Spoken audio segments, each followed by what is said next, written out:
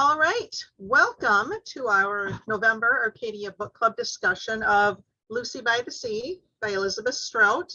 Nancy, Yes, you're still kind of frozen, or you were frozen, or maybe you weren't. Maybe I'm frozen. I mean, maybe I'm just frozen, but it seems like you weren't. Your head was in without moving that whole time you were speaking, so it's just odd. But well, I'm just very still right now. maybe that's what's throwing me, is that you're usually still. So, Okay. And look who just popped in. It's Kate Montgomery. Maybe got to see her for a little while. She's been out adventuring in the world. Okay. Hi, everyone. How is everybody? Doing well, thank you. Cold. Good, thanks. Cold? Yeah. I know. It's bad. And it's only going to get worse. You sound like the voice of doom. Promises. Well, I looked, and on Saturday up here, we're supposed to have a low of 8. Single digits. That's not nice. Oh my God, that's way too early. Yeah, Wow. I agree. Wow. Okay. Yeah. James.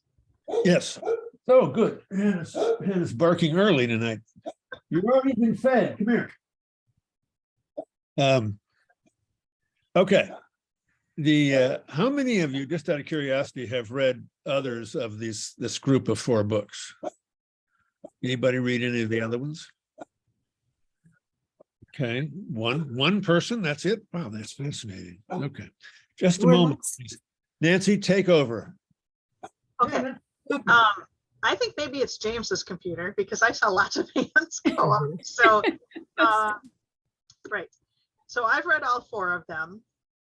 It's a fabulous series, and I especially love how in this one she brought in so many of her other characters from other series, Olive Kitteridge and Bob Burgess, and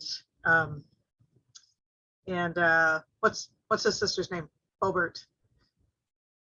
Lois. Lois. And Lois is back in this book. So I appreciate all those little Easter eggs, especially with Olive, because Olive never says a word directly, but the way she puts her in there is just so perfectly Olive, the way that she acts. So okay, James, we were just talking about who else has read others. Allison said yes, and Linda and Mary Pat. I know Natalie has. Well, talk about somebody, not me, talk about how,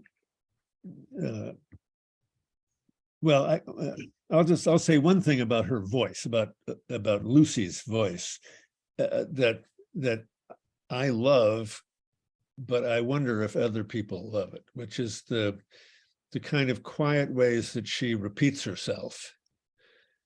And then sometimes even says, oh, I know I've said this before, but I mean, it creates a kind of, for me anyway, an intensely intimate kind of circumstance of reading, so that it doesn't feel quite like, or they don't feel quite like normal novels. They feel much more like, spending a long weekend with Lucy and kind of having her just kind of spill out stuff to you. It's does anybody else feel that, or are you annoyed by that, or do you agree with that? Or I mean, I'm just, because it's I think it's a very unusual way to build this group of books, and it's yeah, I don't know, I'm just sort of fascinated by the tone more than almost anything else. James, I Yes. agree with you. I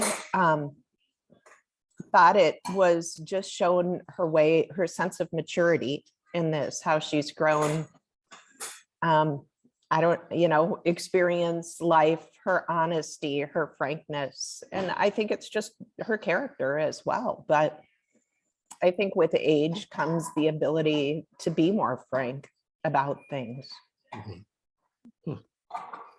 Well, I have not, this is the first of the Lucy books that I've read. So this, I've just met Lucy. With her reference to, I knew that she was referencing things from the past. Olive Kittredge, I read so long ago that honestly, I don't even remember Olive at all.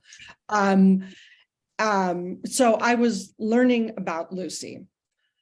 And I wonder if I would have read the other books before, because I may be an outlier and that's okay. I enjoyed reading the book. I thought it was really well written, but I just did not like Lucy at all. I couldn't, I didn't like her, and I'm not exactly sure why, but I kept thinking, I don't know if this is a woman that I would care. I'd sit and talk to her on a park bench, but I just kept thinking, I'm not sure this is somebody who would want in my sphere of friends of who I'd want to be with. So I don't know if that answers your question, but kind of about her tone, but I could never ever warm up to her as a person. Do you mind if I just poke at that a little bit? Because I don't think you're alone in that at all. I think a lot of people find her complicated and sometimes annoying. But can you try to go one step deeper and see and think about what it is in particular that you found annoying or unpleasant or? Well, you know, I think part of it, you know, maybe it's more, or maybe it's kind of the type of person that she is. Like I felt that sometimes with her daughters, some of the insights that her daughters were giving her about her relationship with William, I don't know. I couldn't understand. She didn't seem real deep, I guess, for a writer. I thought that she would have been able to understand a little bit more about her daughters' personalities, about what they were trying to tell her about her relationship with William. And maybe because it's just not how I am, but I really found it, I mean, I think from the start, whatever William told her to do, she did. And she never seemed to go very deep into trying to figure out why am I following this man around? Why am I not asking? Why am I just doing it as opposed to having him tell me why? If she would have said, explain to me why you want me to do this, why you want me to pick up and leave, then I think I would have felt better about her. Okay, that's good. So Anybody- one conversation or one detail could have changed your opinion, because I felt like that was a little bit of a theme in the story. Like the simple things you can do in a relationship or just a conversation can change how a person feels about you. Mm-hmm. I don't know. Yeah. Yeah, possibly. Can I ask a question of the people that have read the other books? Is the writing style the same in all of the books?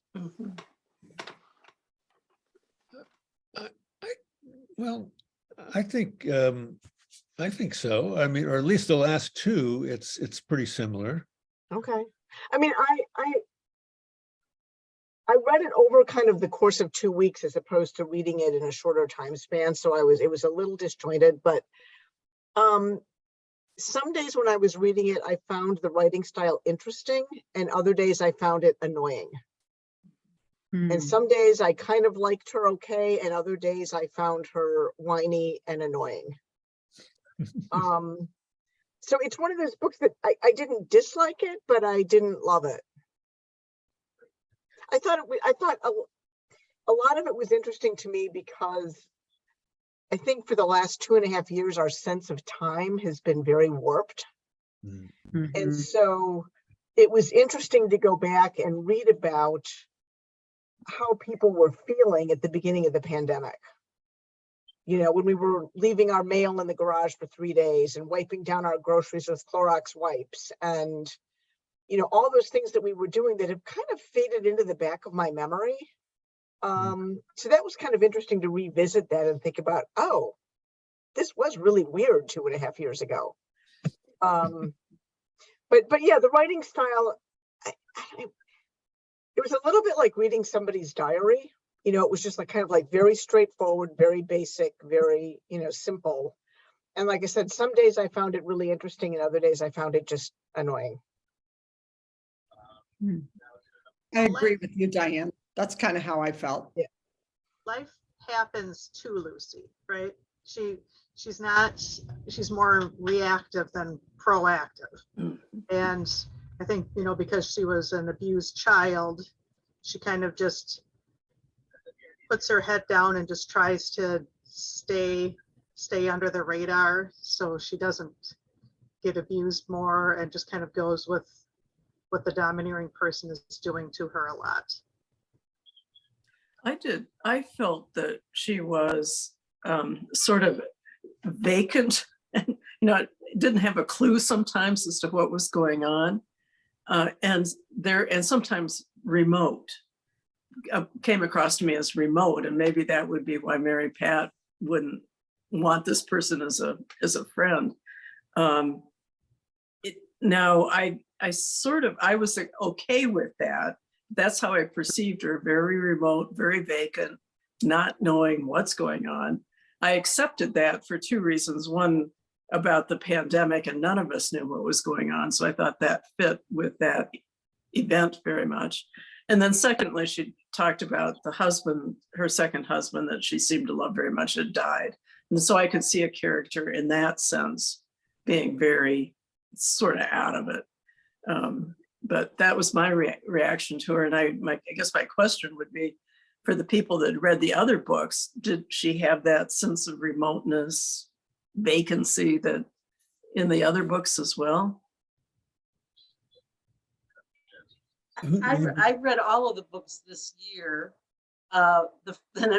Strangely enough, I read Anything is Possible first, which is a book about other people in the town in Illinois. And then I went back and read the Lucy Barton and then O. William. And I think that she's a very distant person. Like she thinks very slowly and is thinking a lot. And I think I felt for her because of reading the other book about the town she came from and the circumstances. So I was more willing to accept her the way she was. I will say that in O. William, I liked her best in O. William, and I think she was a stronger character because she was kind of the boss and not William. And in this book, they kind of exchanged roles. I think he was kind of taking over again. I don't know that I would definitely talk to her and sit down on the bench. I don't know if she'd be like a bestie or anything like that because she does have a strange way about her. But, So Lori, I'm sorry. So after your comment, and then Nancy, you're saying about her being abused as a child. I mean, we know that in this book because she refers to it, but now I'm wondering if, like, to really understand her and this book, should I know, would it have helped me to know? I mean, in the first book, does the reader really learn about her abuse? I mean, This is gonna sound really awful, and I hope everyone understands what I mean. I mean, she refers to being abused, and I get that. But now something about Nancy's comment makes me think she was seriously abused. And so maybe if I knew that, it would explain her more and I would have a different feeling towards her. But I don't know if that's true. Well, abused is a complicated way to think of her. I mean, there's no way she wasn't abused, but she wasn't really sexually abused. She was in a very, very, very narrowly viewed family who were very poor, and she was made fun of at school. And they had, they lived in a tiny house where her brother lived his whole life. And it's, so it's a kind of, it is a devastating abuse, but it's not, like having somebody's story of their uncle or their father or whoever sexually abusing them or beating them up. Really, it was more, it wasn't physical abuse, it was a kind of desolation, really.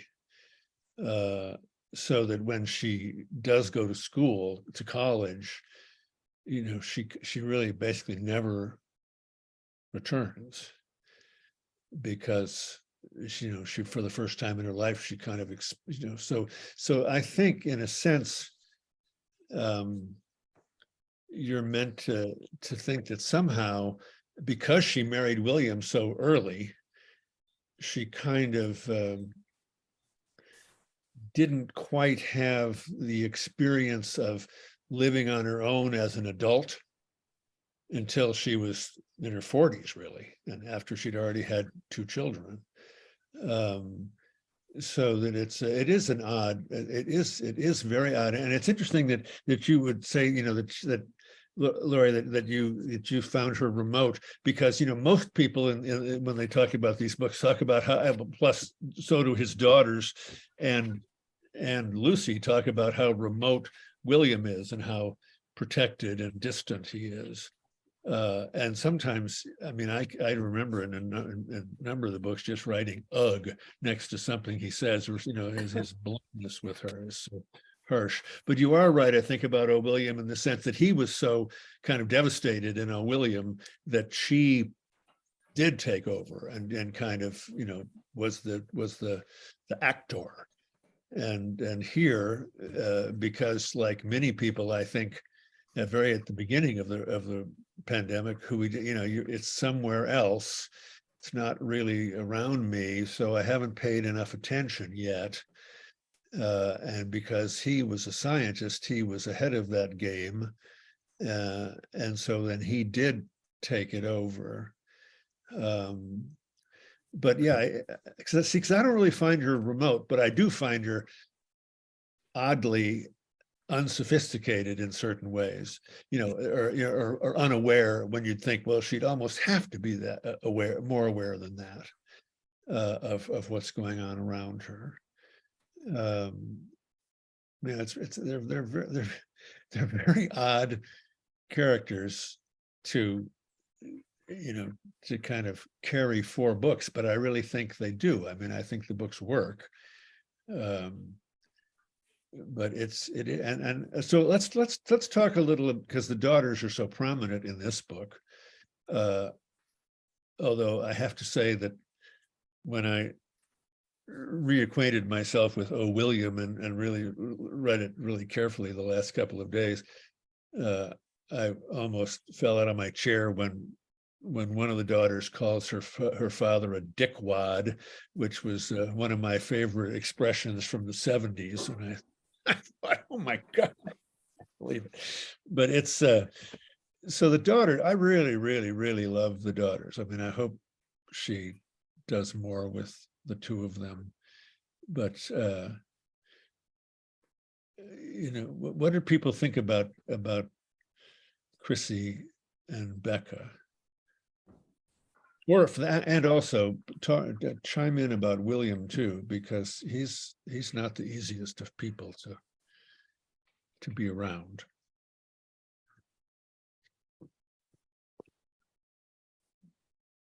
William just seems totally impossible to me. He's so irritating. And he sweeps her off. And I mean, and I understand it's because he's a virologist and he understands what's happening. I just want to backtrack to her briefly. I think she's not so much remote as restrained.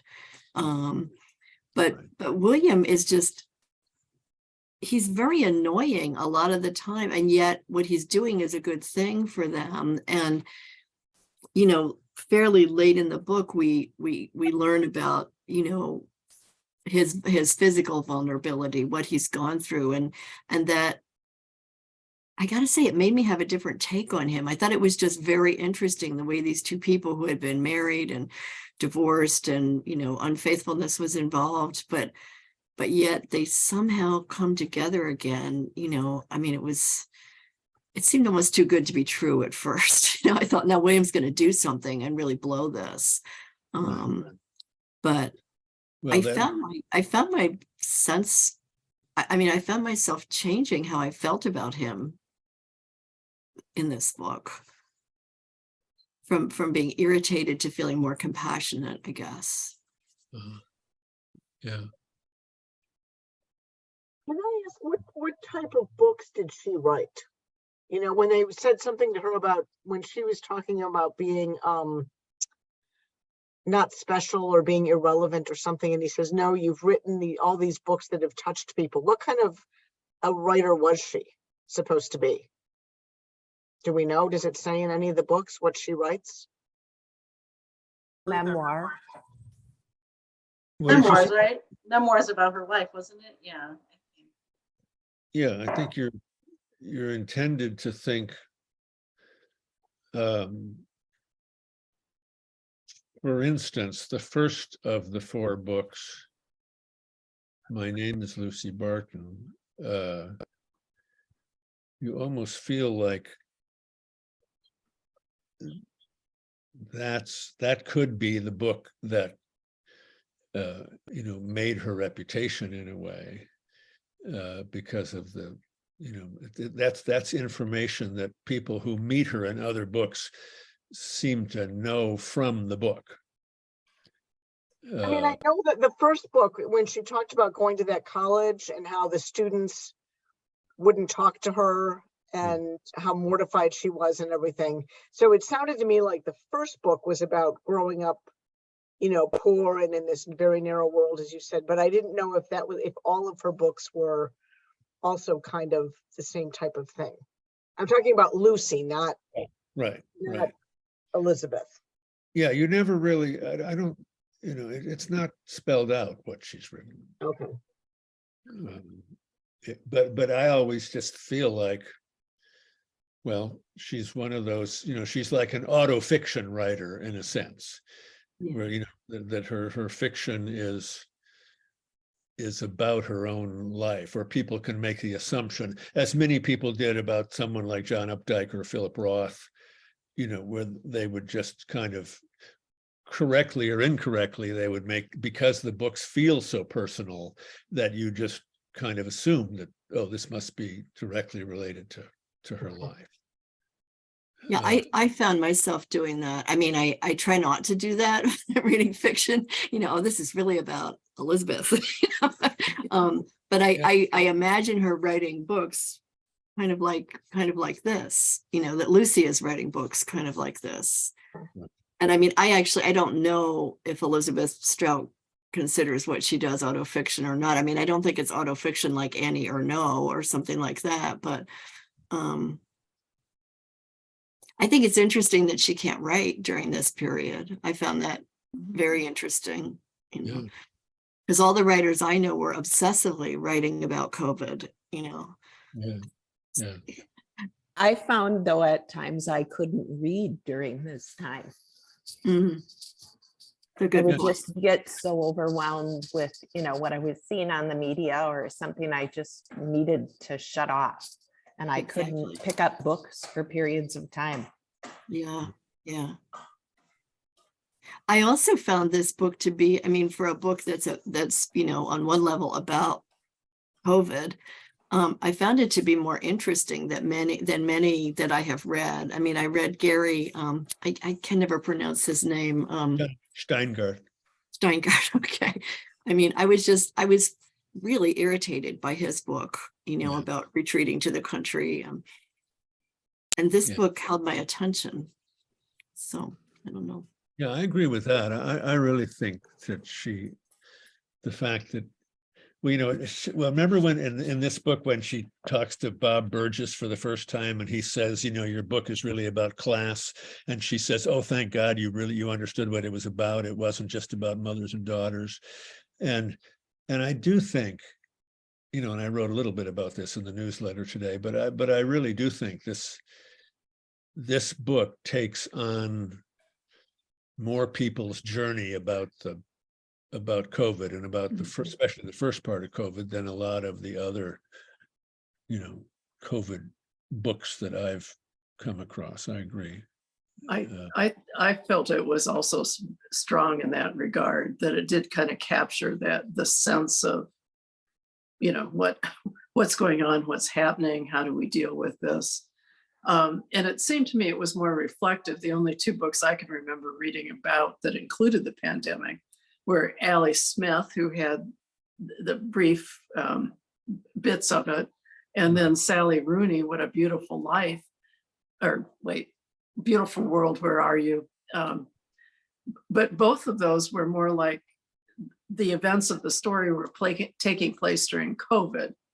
And in this book, it seemed to me it was more reflective of the COVID experience, Right. Than the other books that brought it in. Yes, I agree with that. Now, who, and I know who Bob is in this story. So he showed up in other stories, on other Lucy Barton stories, is that it? There's a book called The Burgess Brothers.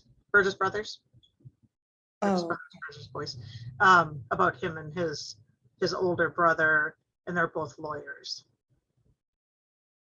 But yeah, he's only lightly touched on in the other books of the Lucy, you know, only because William, he was a friend of William's, and William was sleeping with his first wife, Bob's first wife, on and off. yeah. Okay, thanks. Yeah. But yeah, I have not read the Burgess. Is it Burgess Boys or Burgess Brothers? I can't remember. It's one of those two. Yeah. But that's Burgess Boys. Burgess Boys, yeah. Yeah. Yeah, so that's well, they touch on that a little bit, where Bob thinks he caused the accident that ran over his father, but Jim admits that it was actually him. He was the one that hit the gear shift. So, Yeah. but yeah, that's more of a about a courtroom kind of thing, lawyer aspect. Yeah.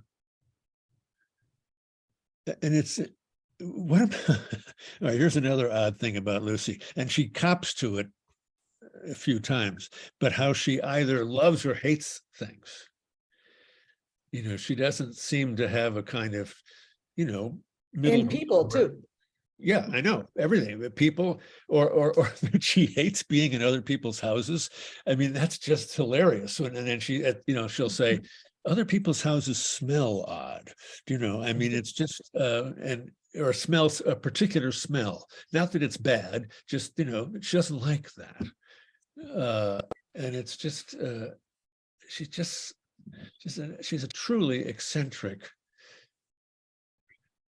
woman who, but not eccentric in the way Olive Kittredge was.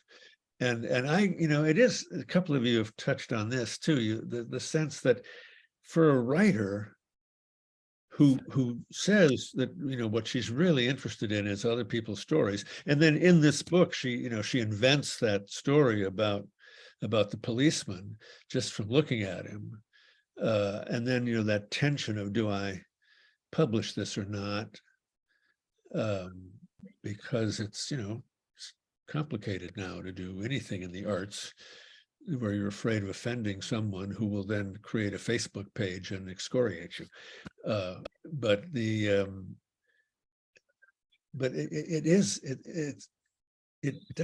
she does seem sometimes profoundly unaware of other people, where you'd think she should be the opposite of that.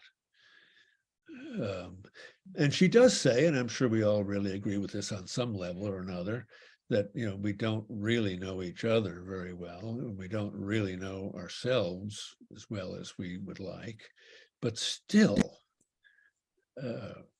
it's puzzling. It's puzzling. Well, as a writer, I kind of expected her, and even though I didn't really know what she was writing, like Diane's question, but I don't know, there was still a sense that she should be able to understand people better. I mean, I don't know why. Maybe that's, maybe I'm judging her. I'm making an assumption but it was just kind of, well, I don't know. You seem to be in a profession where you should be a little bit more in tune to people. I actually wonder if maybe that's why she's a writer, is because she doesn't get people. And it's kind of one of those jobs that lets you sit back and try to figure people out. And I don't remember, I have like this stupid electronic thing, so I can't flip through it very easily. But when she first sees the policeman and talks about how like her whole thing, the reason she got into writing was to try to like work out what people do, why people do what they do. Yeah. It seems like she's just like deeply unprepared for the world, and no one, like her parents obviously didn't help her out with that. And then she got out into the world and was like, shit, I don't know what is going on here, and found the one kind of job that would let her kind of like not play God exactly, but kind of sit with a character and be like, well, maybe if they do this, then this will happen. And maybe if they do this, this will happen. And that's kind of helped her try to figure out how people work. Not successfully, I would argue, with the whole William situation, but maybe that's why she became a writer in the first place. Well, that's a good Point, Kate. I think that's a really great observation, Kate, because I mean, I think most writers write to figure things out. Right. I don't think they know before, they don't know what they're doing until they do it. I mean, they write to figure out what they know, And she is insightful sometimes. I mean, it's on page 217, and I think it's early on with Charlene, when she meets Charlene, the cleaner. Was she a cleaner, I think? And it's just that little passage up above the section break. There was a faint odor of loneliness that came from Charlene, and the awful truth is this: it had made me draw back just slightly inside myself. And I knew this was because I had always been afraid of giving off that odor myself. I mean, that's amazingly perceptive, I think. Right. Yeah, she is that mix. And I think with William, and I agree with both of you. I mean, I think those are both really smart things and a good thing to quote. But with William, she was very inexperienced when they got married, and she saw him as someone who grounded her and protected her and kind of opened the world for her. But like many people who end up being in circumstances where the other person has relationships outside of the marriage, she's the last to know. And I've known lots of people in that circumstance. And the gift that she gave to her daughters when she left the marriage, she had an affair, and she never told her daughters that William had affairs, and they found out much later. But it's I mean, I understand her complicated confusions about William, because I mean, if they'd been married, if that was their second marriage, then I'd feel like I don't buy that at all. But the fact that she was really kind of plucked out of school by William and taken into his world, it in a sense created the writer in her, but it also took her out of, you know, kind of overtly experiencing things until she chose to have an affair after she started to become well known, or at least well known enough to go to writing colonies and things like that, where that first affair started. Yeah, it's really. I'm sorry. Who started to say something? Oh, Allison. Mm-mm. Oh, okay. It's hard to. I can't see very well for some reason who's talking and who isn't. But I do think she's when she is perceptive, she is remarkably perceptive, and she's also so blunt about herself, and you know, and she frequently connects it to her, you know, how her childhood, you know, damaged her. But she also, I mean, like that wonderful moment where the older man is once, you know, a woman she thinks about letting a man take her place in line when they're waiting online to get into the store, and she doesn't do it, and another woman does it, and she says, you know, I'll never, you know, I should have done that, and I didn't. And, you know, and that loops back to some people telling her that she's selfish or that she's self-absorbed, you know, and there is a kind of, you know, and that ties in with her writing too, I think, you know, in the sense of she has to have some kind of self-absorption in order to in the kinds of books she seems to write, which include her, you know, her own reactions. But it's, yeah, there are just very few characters that I know in contemporary fiction that kind of excoriate themselves quite so thoroughly, and yet is, you know, she cares, she loves her children so desperately, and she loved her second husband in a way that was so much healthier than her complicated relationship with William. And her daughter's reactions in this book when they kind of say that they're going to get back together. I mean, it's got to be crazy. You know, I mean, I married a woman who'd been left, and she had two daughters, and you know, the daughters spent the first 2 or 3 years hoping that you know, even though they liked me, you know, we weren't married then, but they just wanted their parents to be back together. But then at a certain point, you know, I think they would have been horrified if their parents got back together.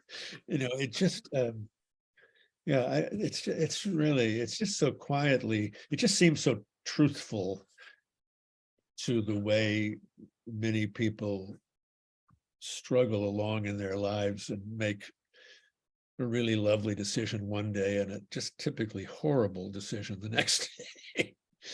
It just has a kind of ache in these books that feels so real to me.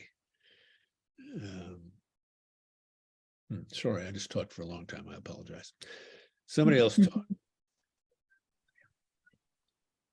I appreciated the contrast where you could see how Lucy says she grew up socially isolated.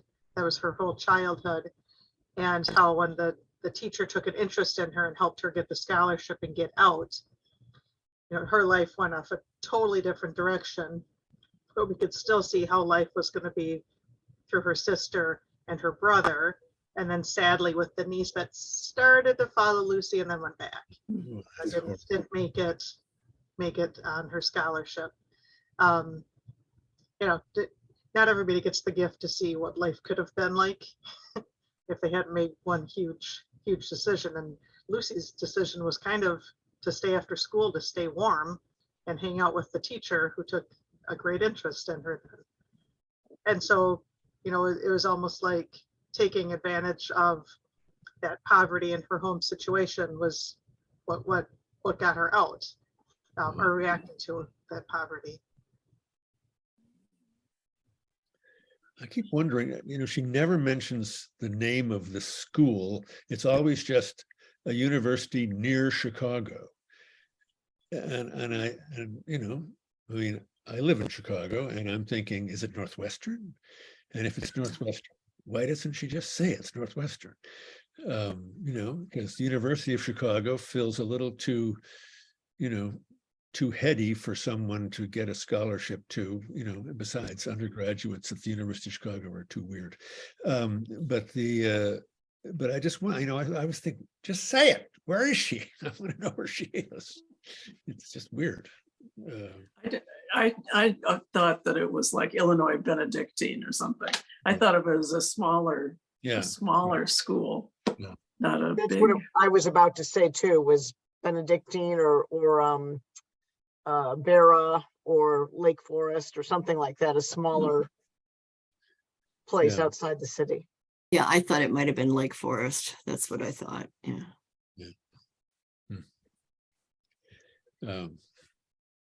What about the girls? What do you think of the daughters?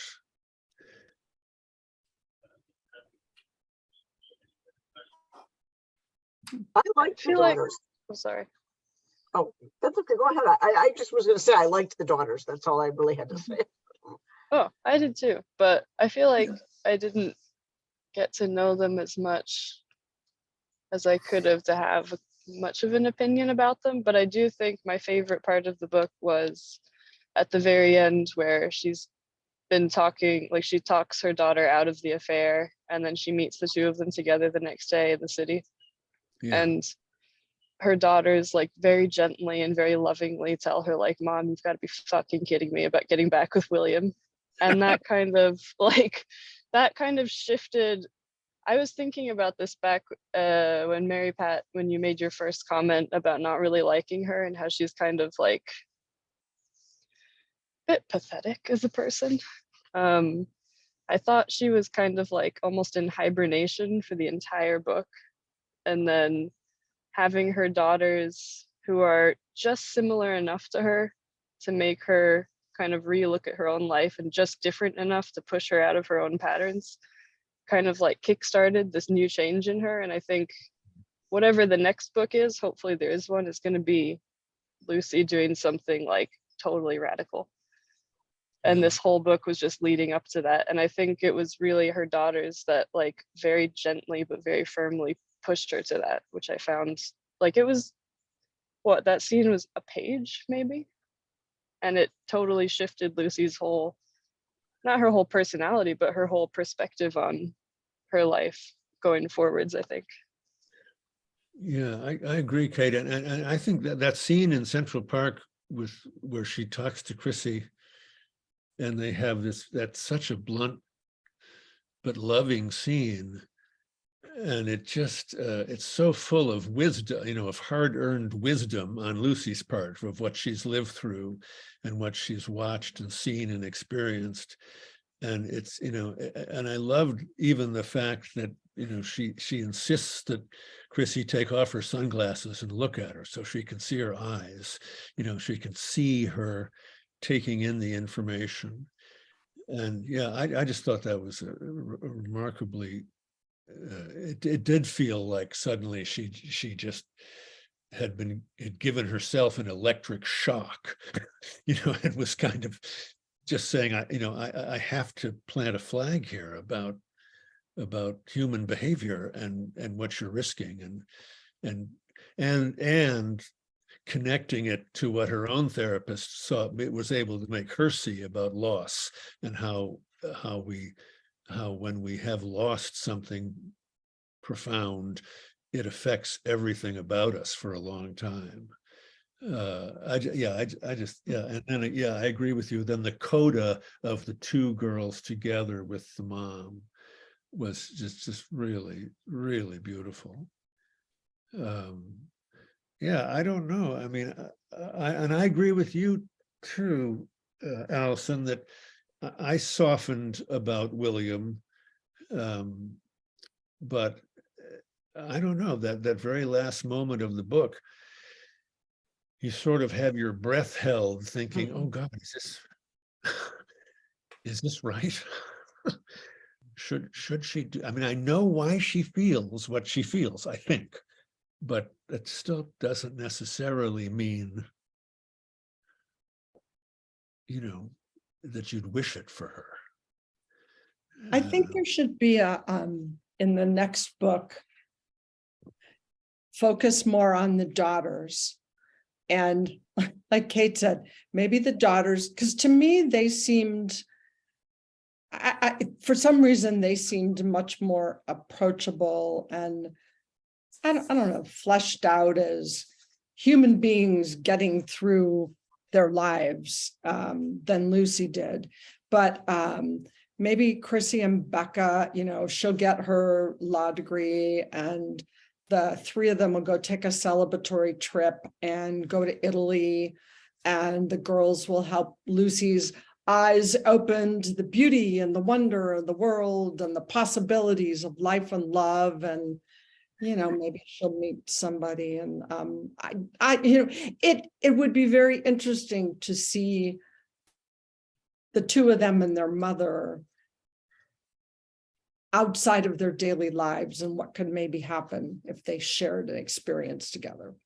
Yeah, they could go to Italy and Bill Nighy would be shooting a film and Lucy could fall in love with Bill Nighy, and then, you know, then that would be, and then when they come back to England, then someone could notice that and write a screenplay about that, and then they could play themselves, and, you know, it could just get more and more. You know, so, you know, it's, but yeah, well, I love that idea. I think we should send letters to Elizabeth Strout and say, here's some ideas for what the next book should be, just in case you're stuck. It's, I did appreciate sort of the relationship of Lucy with her daughters, and you see towards the end of the book how Lucy now is beginning to deal with them as adults who need to make their own choices, and Lucy is beginning to, it seems to me she's learning that, you know, she's not the mother that's going to control everything, that now these are adult women. yeah. Oh, I'm trying to think of that great moment about that. Oh yeah, this very, very at the end, she says, and then I remembered that one time when I was pregnant with Chrissy, I had looked down at my big stomach and put my hand over it and thought, whoever you are, you do not belong to me. My job is to help you get into the world, but you do not belong to me. And remembering this now, I thought, Lucy, you were absolutely right. But, you know, and I think that's hard. I mean, to be able to just say, to know when her first daughter was in the womb, that she doesn't belong to, you know, that her job is really to just help her to the door and then bump her through the door. And then whatever happens, happens. I just find that really moving, and, you know, kind of the sort of wisdom that feels a little glib probably when you're 22 or something. And then when you're 65, as she is in this book, you realize, oh yeah, that's true. That's what I should do.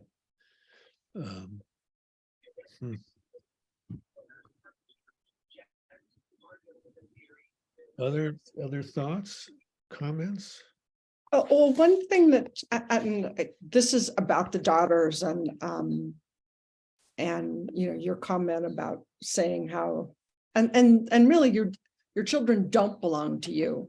I mean, when you're a parent, in your head, you always think they're mine, but they're not. They're their own people. But as much as I've, you know, not sure I liked the book, I really do admire the writing. And one of the things, talking about the daughters, that came to me, and I was actually able to find this, I thought it was interesting. it's as if Elizabeth Strout, she can paint this picture without actually telling you.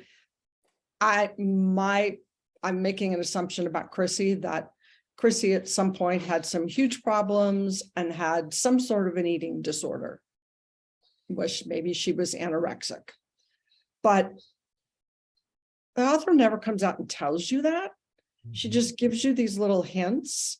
And this is where I think that her writing is good.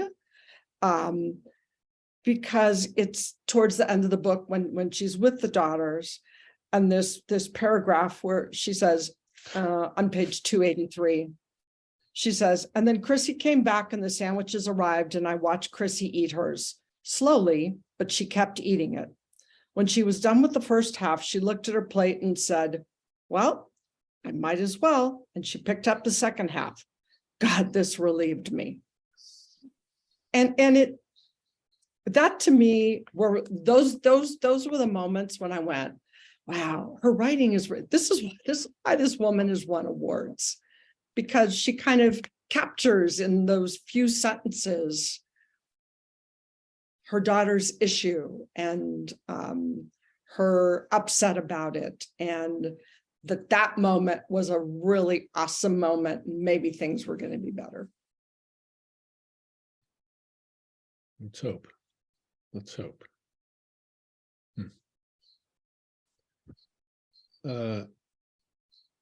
Other comments that anybody wants to make? Two things that I wondered about. I mean, on page 287 at the bottom of the page, she says, we are all in lockdown all the time. We just don't know it. That's all. But we do the best we can. Most of us are just trying to get through. I mean, I thought that was a wonderful moment right near the end of the book. Kind of redemptive in a way. And then I was curious about what people thought about the last paragraph in the book.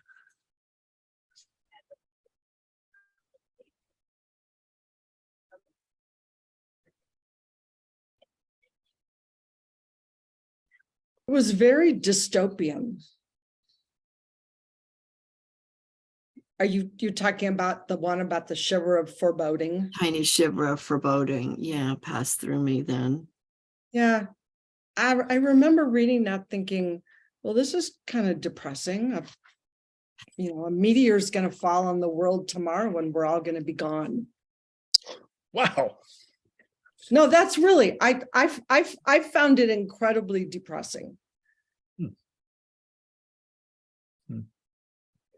Well, but remember, this was the fall of 2020, and none of us knew what was going on. So it was rough. Yeah, it's actually, yeah, it is the fall, isn't it? Right. Yeah. I see. I had the exact opposite reaction. Well, that's a better one than mine. It's certainly much more uplifting.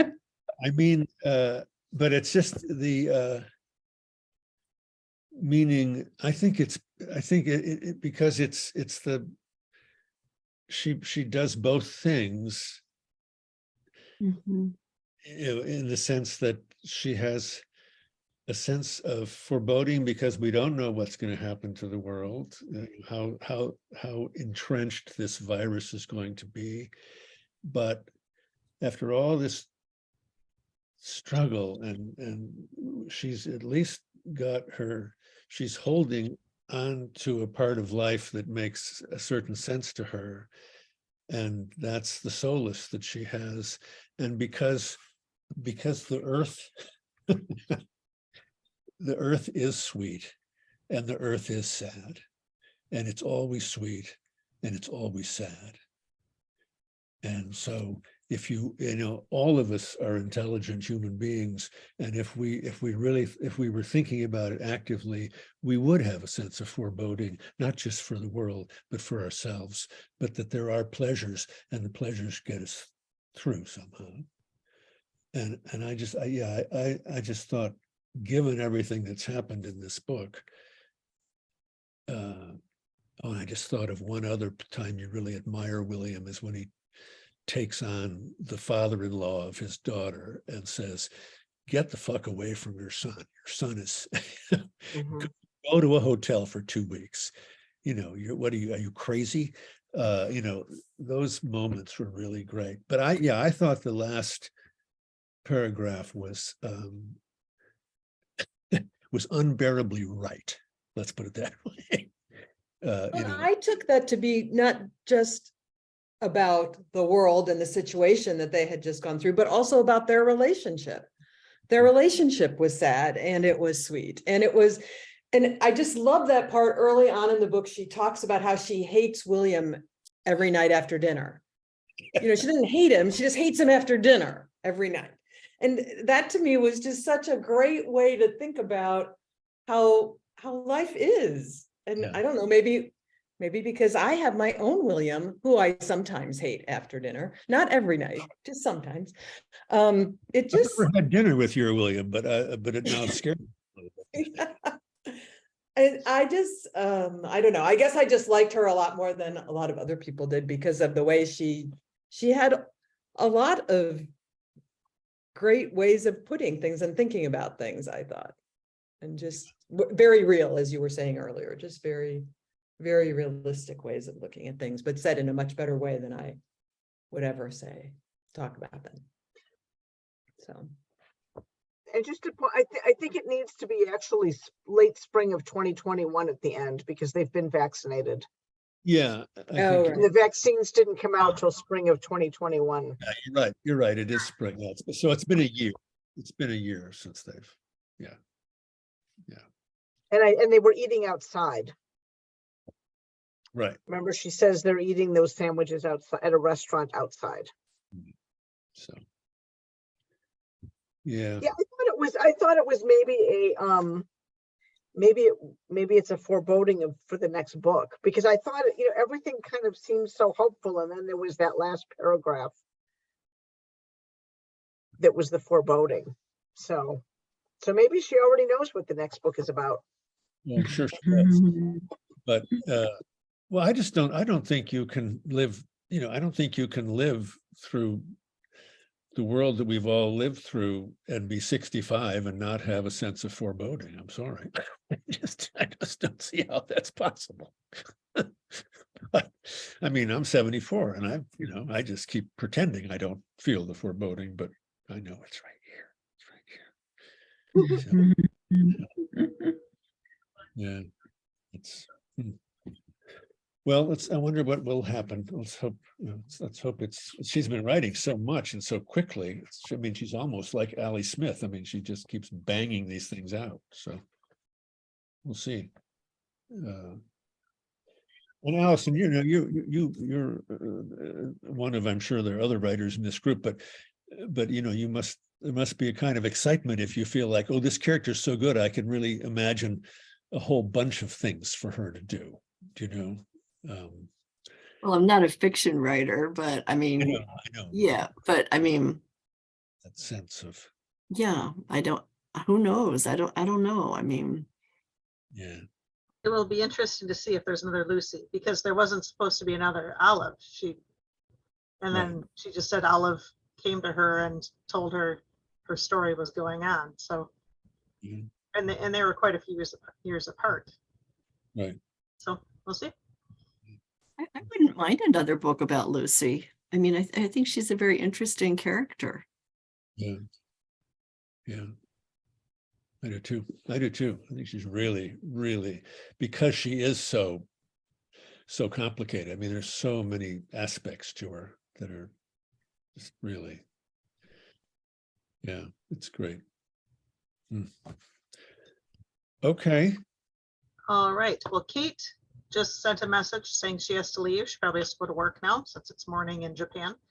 And she will see us next month. So next month is December 14th, which is not as far away as usual, but that's because we're not reading a book. Everybody's going to share their favorite or favorites of 2022. So just and could I add one other thing to that? One idea, maybe also think about a book you wish you'd read during the year, or you know, that you read about or felt like, oh gosh, I wish I had time to read that. I always have about 10 of those at the end of the year where I just think, darn it. Anyway, Yep, so Okay. December 14th, just come to chat about a book that you loved or wished you could have read, and or just listen and take notes.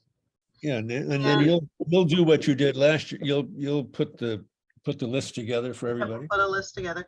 Yeah, And then in January, if you want to get ahead, we're going to do So Long, See You Tomorrow by William Maxwell on January 18th.